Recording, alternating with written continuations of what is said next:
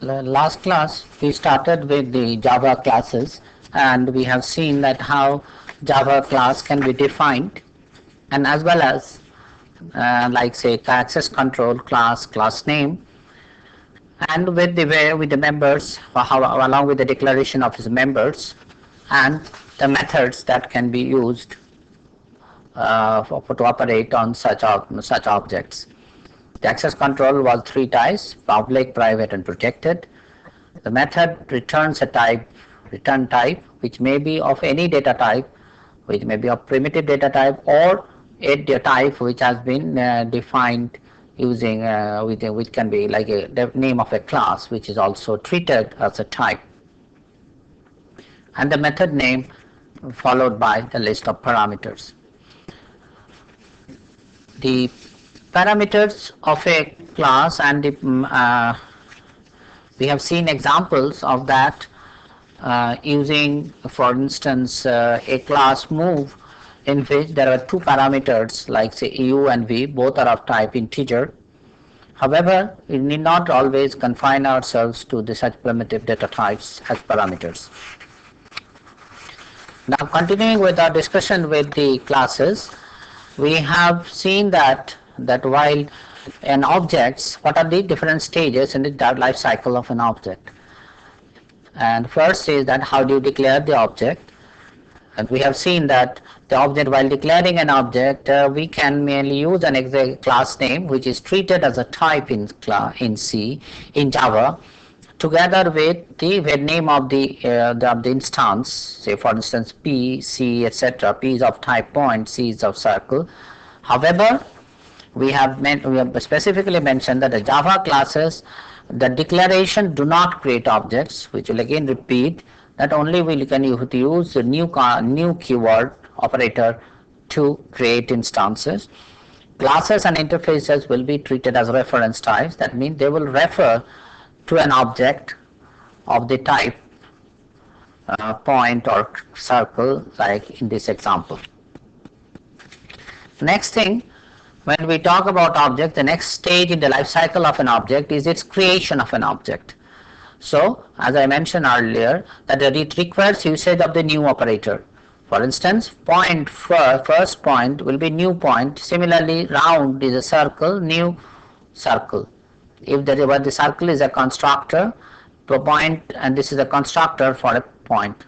We have also talked about constructors which can be used to initialize objects, like we can use public point int u int v. This is a method which we have mentioned earlier. Similarly, we can use circle, round new circle 41st.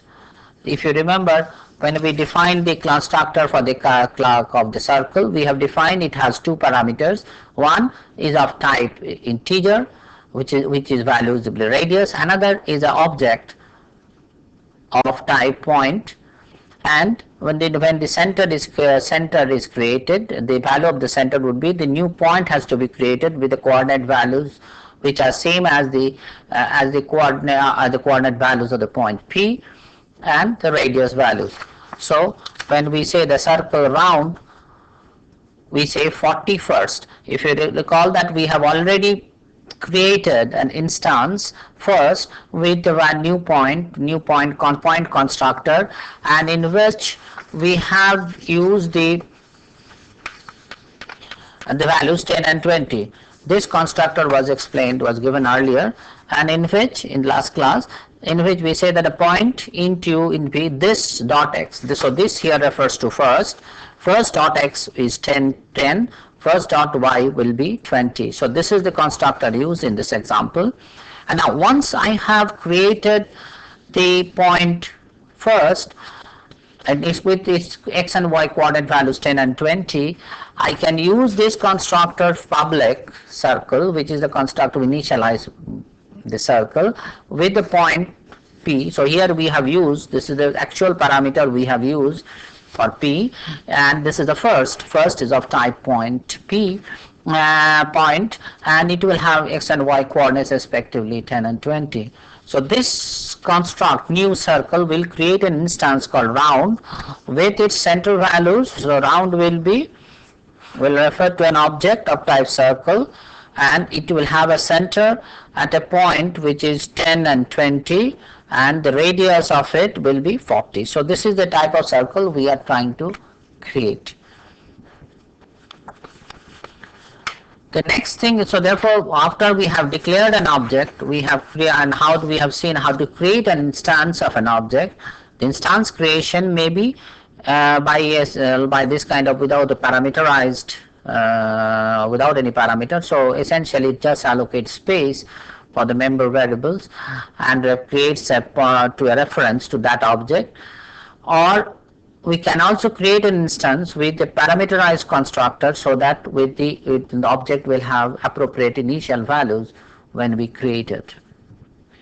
The next thing, so the objects after being creation and initialization, we need to use them whenever I want to for certain operations. So this is how the methods will be invoked for specific applications.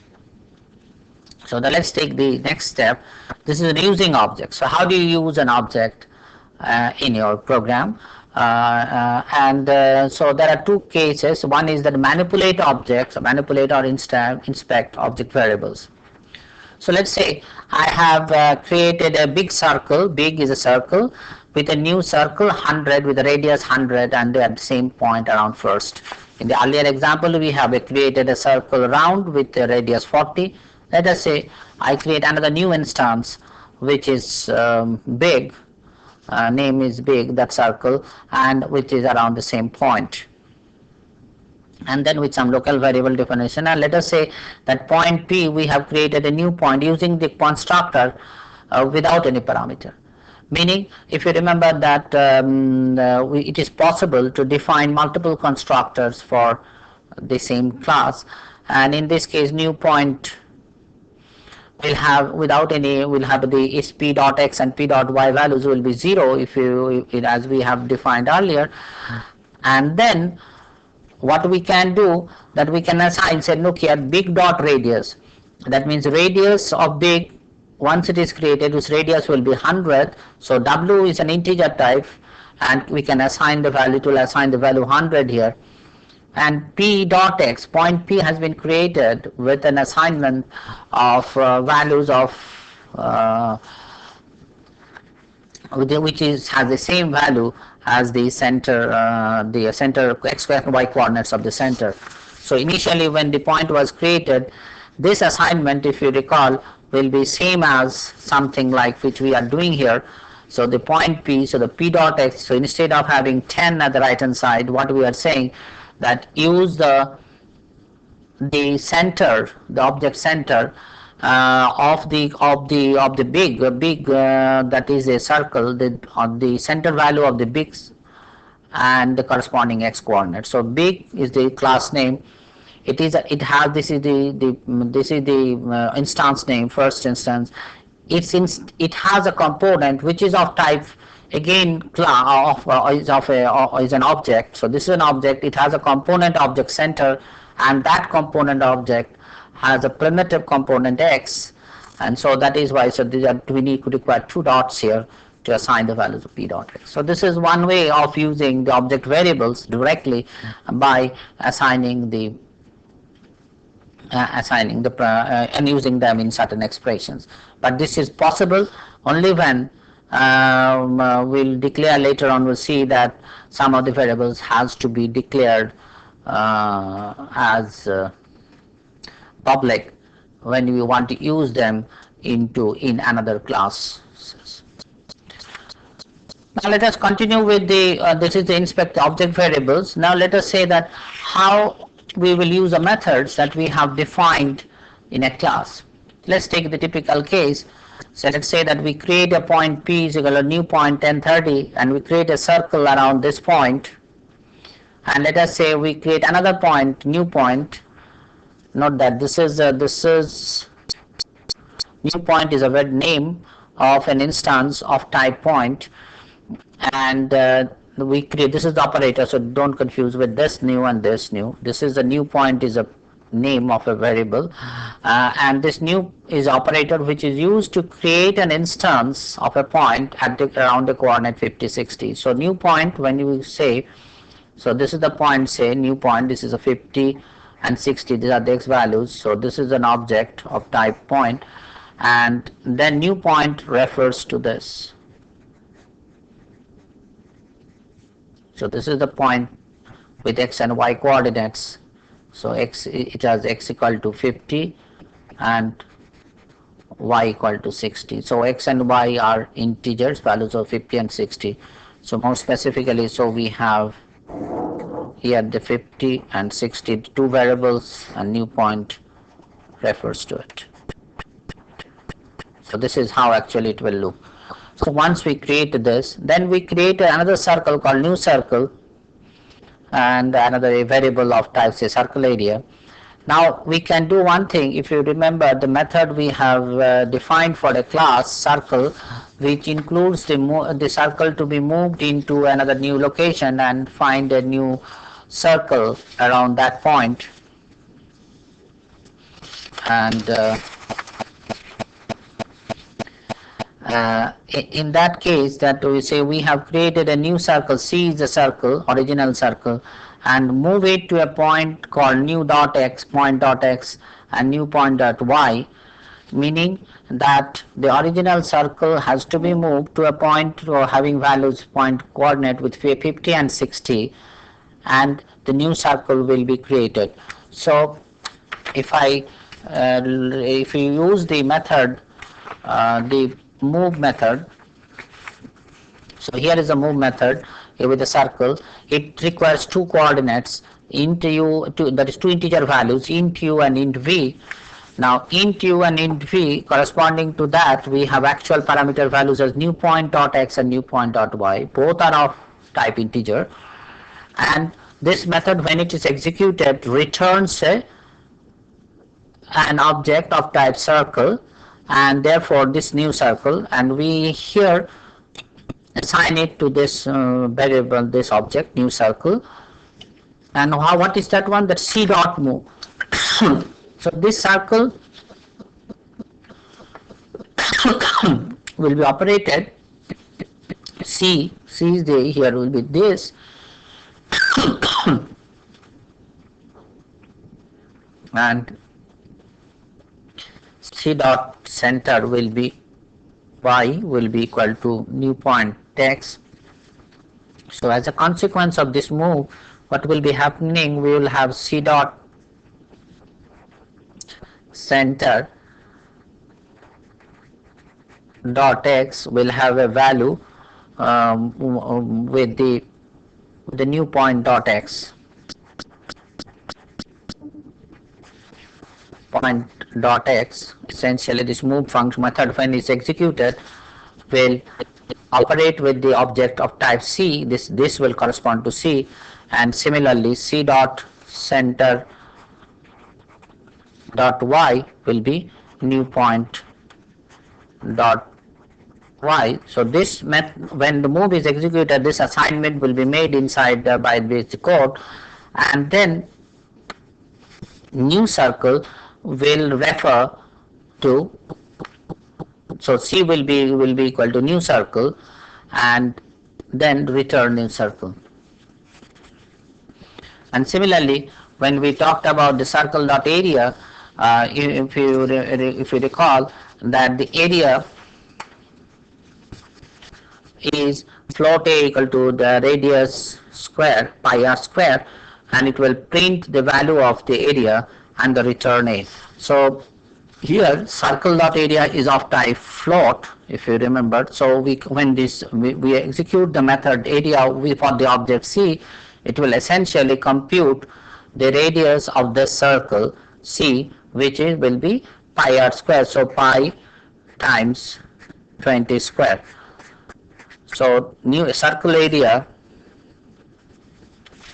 will have a value, will get a value, will be equal to this.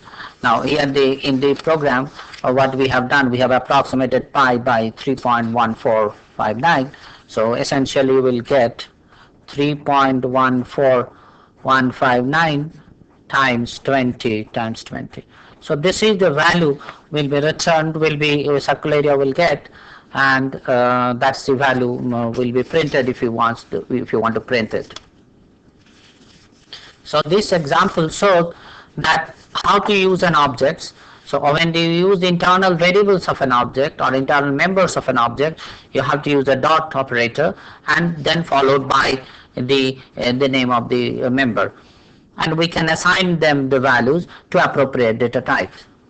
If if it is a primitive object element like say integer, then the actual values will be assigned to integer values. However, if we make an assignment to an object type, then it will make the reference to both the left hand side and right hand side to refer to the same instance. So as a consequence of this, so let us say we can define a class like the printing a method printing a point.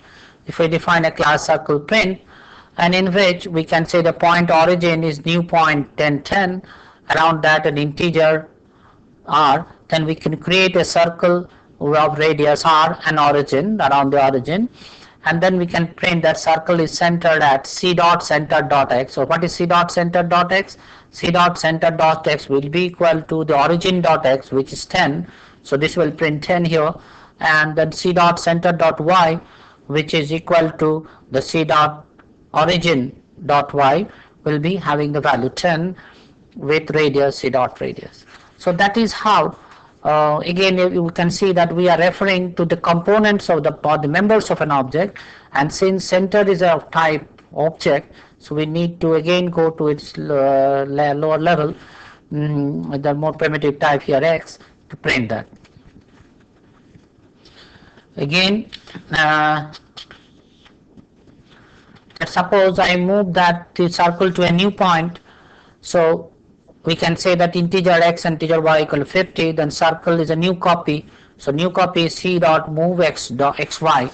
So here see we have declared the point c, created the circle c with these values, and now when we invoke the method move, what is happening now, this most new copy will point to the circle that will be this will return as a type element of type circle, and new copy will be referred to that.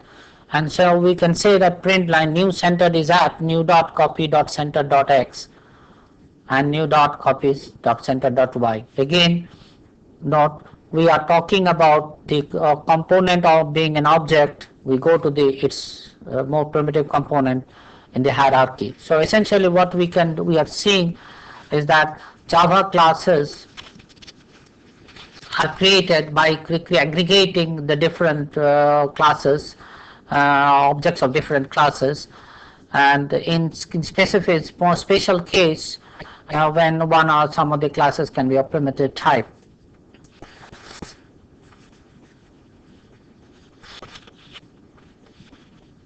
We can also print the complete area of the new circle, circle dot area equal to system line circle area is circle area. So this is the system, this print line command or the function is available, method is available in the Java library, and it can be used for printing the primitive value of the circle area or any other types as we have seen. So what we have seen so far is that how an objects can be created, how the objects can be initialized, and how they can be used. And lastly is the concept of how when we destroy an object. Now object destruction, unlike C++, Java does not support the deletion constructor for objects. In C++, the object can be deleted by a method called which is something like the negation sign with the class constructors.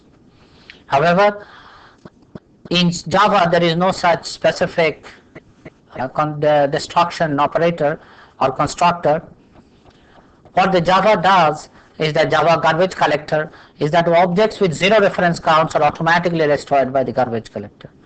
But remember, whenever we are creating an instance of an object, we are creating it has a reference. We are creating a reference to that object, and then when we make an assignment to that, or we use it in some other place, then it will have multiple references. You can give a copy of that.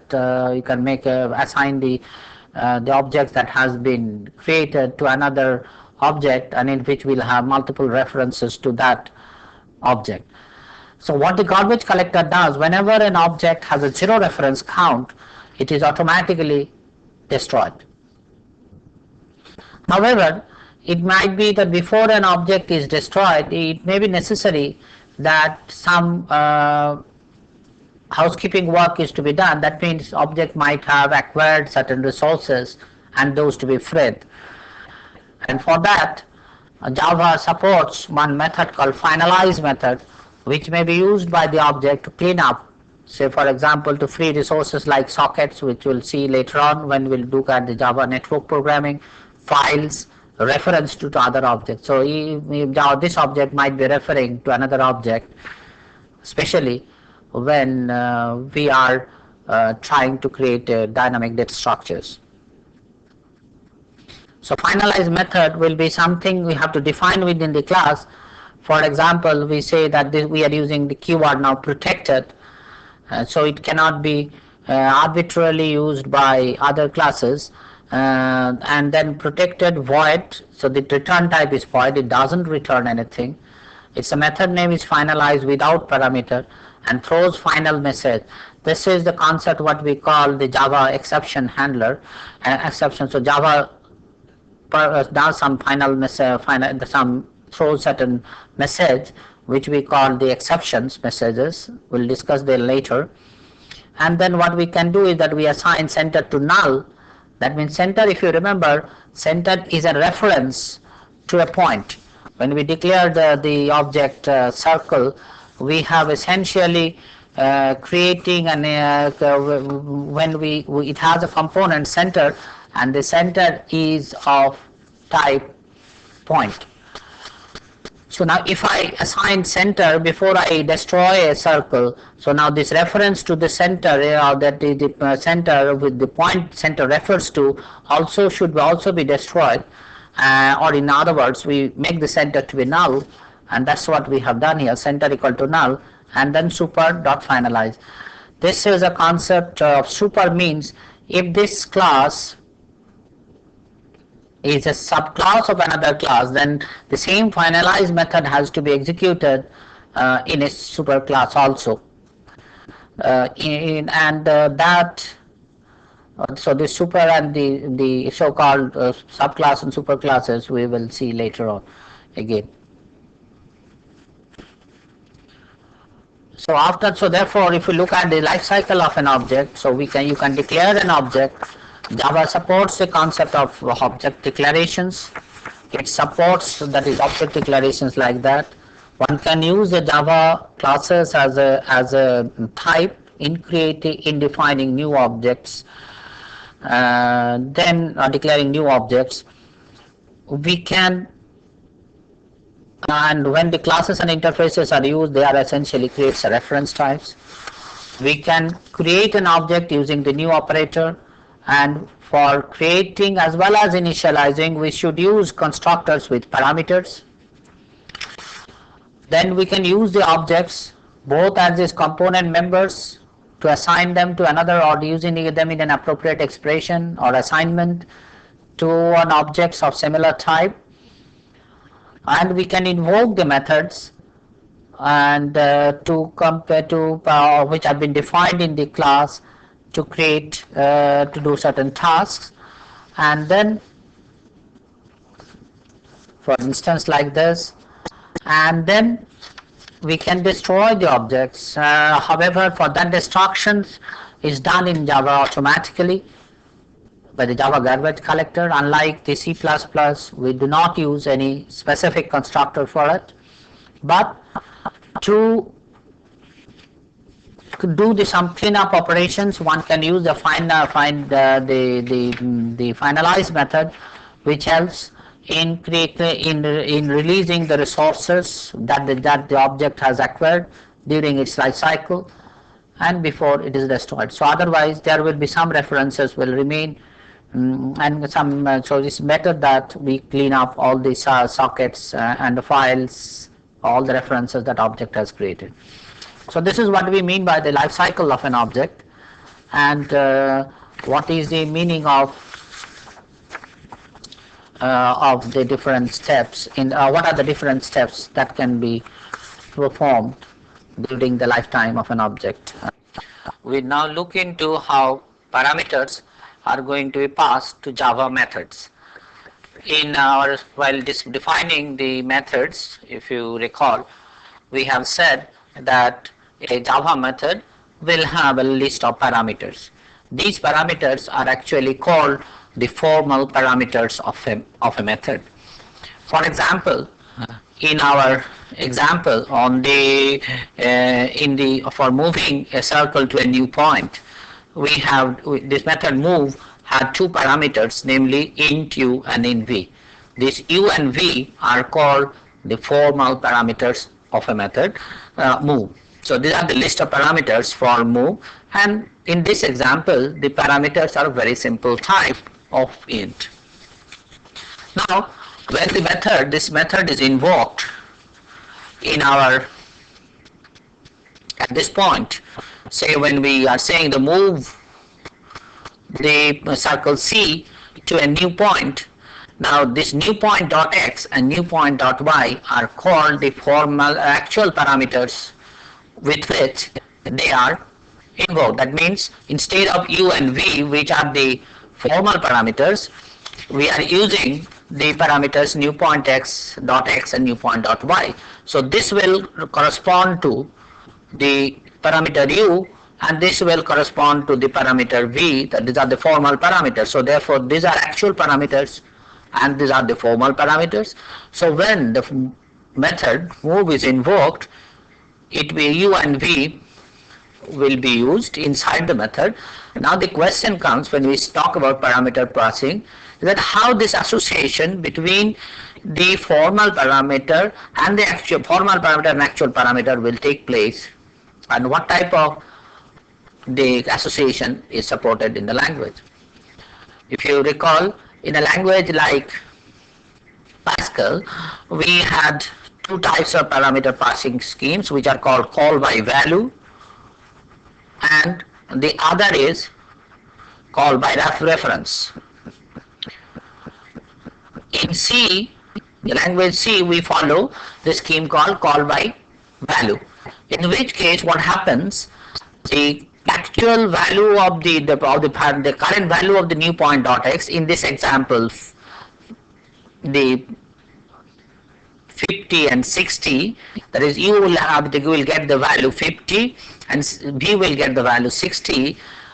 That is, the actual value of the current value of the new point dot x will be substituted in for u, and current value of new point dot y, which is 60, will be substituted for v, and the move will be executed with it. Now the problem with this scheme is that if you make any changes of u and v inside the method move, that will not be reflected back into the actual parameters. That means if I change u and v inside the method move, new point dot x or new point dot y will not be modified. So this is what is meant by call by value scheme. Whereas call by reference, we actually pass a reference to the formal to the actual parameter, and which is used inside the method, and we'll see what happens in that situation slowly. Now in Java, like C, follows only one scheme, which is called in methods. In Java methods, arguments are passed by value. That means the actual parameter values will be copied to the formal parameter parameters before execution of the method. To illustrate this point, let us see what happens. Let's say that we introduce a new method into the class circle which we have seen so far. In this example, this is a very simple scheme. Note here, we are trying to change the first parameter, that is, we are copying or assigning the value of the second parameter, which is v, into r. So set radius means int r, int v, and we are saying that copy the value of v into r and then print the new value of r and return. Now let us see that when we invoke this method inside the circle in the program, and in this case, say let us say that we have created a circle with a radius equal to 20.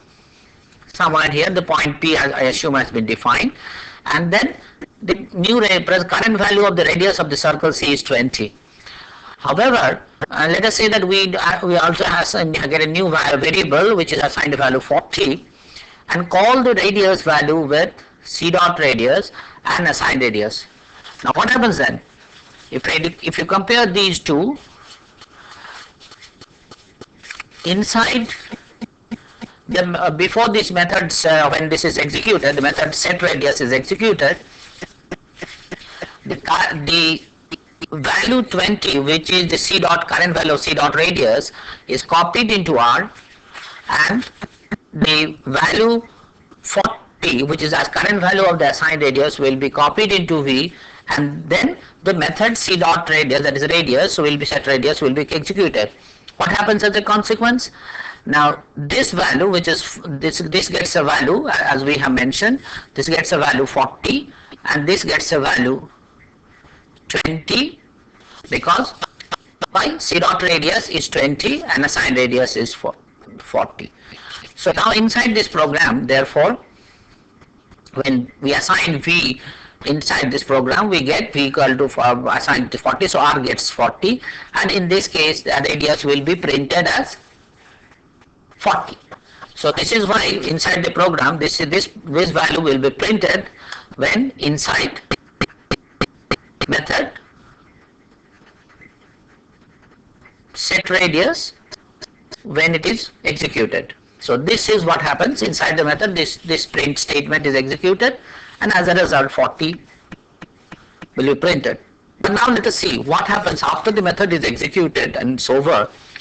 We come back to this statement, print radius statement, then the value of R and V we are lost, and because you have actually copied the value, so therefore the C dot radius has not yet really changed. What you have changed the value of R, which is a variable, and this value has no existence after the method execution is over. So as a consequence, when I print C dot radius in this statement, the C dot radius still has the old value, which is C for 20, and as a consequence you will get this print statement. So this is printed due to the plain line statement we have introduced here. So this is a consequence, what we call by value. Even though we have changed the value of the formal parameter, assigned a new value to the formal parameter R, because call by value scheme, it will not be reflected to the actual parameter to which R corresponds. In this example, C dot radius corresponds to R. And now therefore there is a question is that suppose I want to change the value of a radius, or I want to change some other parameters. How do I do it? In C we had the scheme of passing the pointers, and so that's how we could effectively change the value of an external of the actual parameter. In Java, however, since it supports call by value for primitive elements like R and V, which are int and R and V, this cannot be done. However, Java supports one scheme, what we call that the call by reference as such, or effectively will be implemented when we look at the objects. When objects are used as a parameters in a method, the reference to the objects are passed. This is what has to be noted, that instead of when in Java the objects are always when you define a variable of type of a class, then the object is essentially a reference to that to a particular instance, and the name of the object we say, like say for example when we say C, circle C, then C is essentially a reference to an object circle. So when we use method in Java, in Java methods we use objects as parameters. We are essentially providing the reference to those objects. Illustrated, let us see what happens. Suppose that now we define a new method in the class circle again, in which we say that there are 2 points. One is point P, another is a new point, and what we want is I want to copy the x and y coordinate values of the point into of new point into P. So this is what I am doing. P dot x equal to new point dot x, P dot y equal to new point dot y, and then I am printing P dot x and P dot y. Note that the P and new point are both are of type object point, and therefore in the when I do the actual parameter, when I do the invocation of this method, essentially I will be passing the reference to the formal when they are substituted by the formal parameter, we are actually passing the reference to that object instance. Let us see that example, that using this method what happens. We want to set the center of a circle. Say suppose that I define 2 points. One is the origin and the new origin, and the new point is 10, 20. So the origin has the coordinate x and y coordinate 10 and 20, and new origin has the coordinate 40 and 60. Now when I create a circle with an origin, I am essentially creating a circle around the point 10 and 20 with a radius 50, and then I am calling the set center method. Actually this should be C dot set center, and I am passing the coordinate C dot center and new origin, and then printing it. Let us see, then we'll find that actually the coordinate of the center has been changed, even though after the completion of the execution of the method. Now let's see what does it happen. See, at this point when I have declared the point origin, I have created the reference. Origin is a reference to an object 10 and 20 with 2 coordinate values 10 and 20. Then I am also creating a point new origin, which is also a reference to the point 40 and 60. So these are the 2 things I have created. And then when I am creating the circle C, what I am essentially doing, I am creating a structure which has a radius value 50, and a center of a circle is a reference, is an object type, and it refers to the origin. So therefore when I am creating this, center essentially refers to the origin. So both origin and the center refers to the same object instance of type point, which has the values 10 and 20. This is at this point, at this situation. Now when the method set center is executed, what I was doing in the set center method, essentially I was copying the x and y coordinate values of the first coordinate. If I look at it carefully again, what I was doing, I was copying the x and y coordinate values of the new point into P dot x and to P dot y respectively. So what I have done, and I have already mentioned that when I am calling it, the association would be like this, that C dot center will be associated with the point P, and C dot so a new origin point will be associated with point new point. So what happens therefore, if when the method self center is created, is executed, first assignment would be the point P, that is we will create an association with P with center, because P is equal to the C dot center. So because of the call by value scheme adopted by Java, the center and the p both these are the formal parameters, and the actual parameter will have the same value. Both are being now referring to the object with the coordinates point coordinate with values 10 and 20. Similarly, new point will be having the value will point to this, or we refer to this object. Actually, we should not use the word point in this context. So this is the new point. So new origin, whatever the value of the new origin, this reference will be copied to new point. As in the previous example, we are copying the integer values instead of the reference values of new origin will be copied to new point, and now both of them are referring to this. Now what happens? Let's see what happens now. When I am now copying the values of the new point dot x to p dot x, what I am essentially doing, I am copying this value here, that is what is p dot x is 10 is being changed to 40, and this will be copied to 20. That is 20 will be replaced by 60 and 40 will be replaced by I20. So p dot x gets the value 40, which is new point dot x, and p dot y gets the value 60. So therefore, when I print it at this stage, the first statement when is executed, so this is inside set center.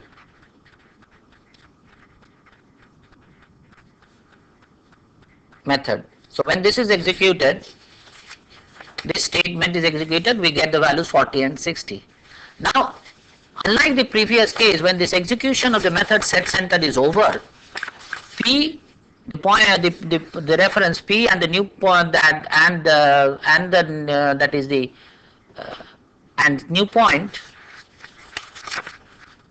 do not have any existence. However, what happens? Center is still there. Note that you have not center c dot center still refers to the same object or instance, but meanwhile the content of that object, that values have been changed. So therefore, when I come out and this print statement again prints c dot center dot x and c dot center dot y, we still get the values 40 and 60. So this is how, even though we are still following the call by value scheme strictly, but since we have passed the reference to the objects, any change inside the method of the formal of the values of the formal parameter will be reflected back into the actual parameters when after the execution of the methods. And this is how you can, even when a method is executed, the results can be transferred back to the calling program procedure or function method.